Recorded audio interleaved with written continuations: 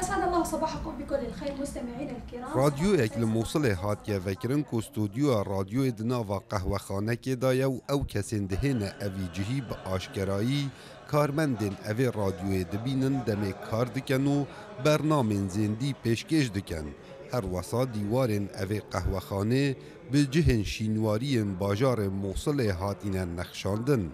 ده هیت زانین که اوی یکمین رادیوی لسر آست عراقی به اوی شوازی هاتیه دامزراندن. هر وسا رادیو ون اف ام یکمین رادیوی نهاد ناوا باجار موصل دا برنامه خواه پخش دکد. بخودی رادیو کا جوانو اوه یکم جاره ام رادیو کا وصل لموصل دبینینو از همی دما دیم ایره داکو گهداریا دنگو باسا بکم و کشو هوای ویر خوشو قهوه خانه کا بریکو پیکو اوه باشترین تشت بو لموصل. مشروع فريد من نوع بمدينة الموصل. پروژه جوانه و هزرکانی الموصله کو رادیو نوا قهوه خانه دابیتو ام الویره نبتنه گوداریا دنگ رادیو کین. نخیر ام لکار واندنرین و ام بینریا برنامه و چالاکین واند کین و اوه کارکی گلک جهاتیه. فعاليات اللي يسوونها بداخل الراديو وهذا شيء جميل. موچن کارمندین اوی رادیوی هر قازان جا قهوه خانه دهین مزاختن. جبرکو دامزرینرین اوی رادیوی خوب بلاینی دنن یاسین او هاریکاریا چه لاینین سیاسی ورناگرن.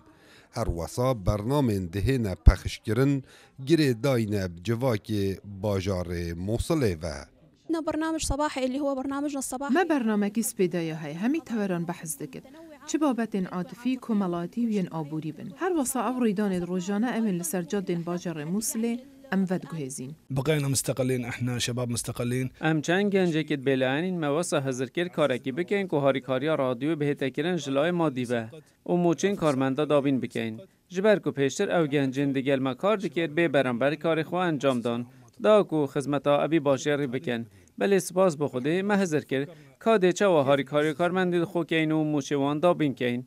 ما قهوه خانه وکر دیگل رادیوه. رادیو قهوه خانه اف جهه هر دو پیوان پیگ و گرید داتن.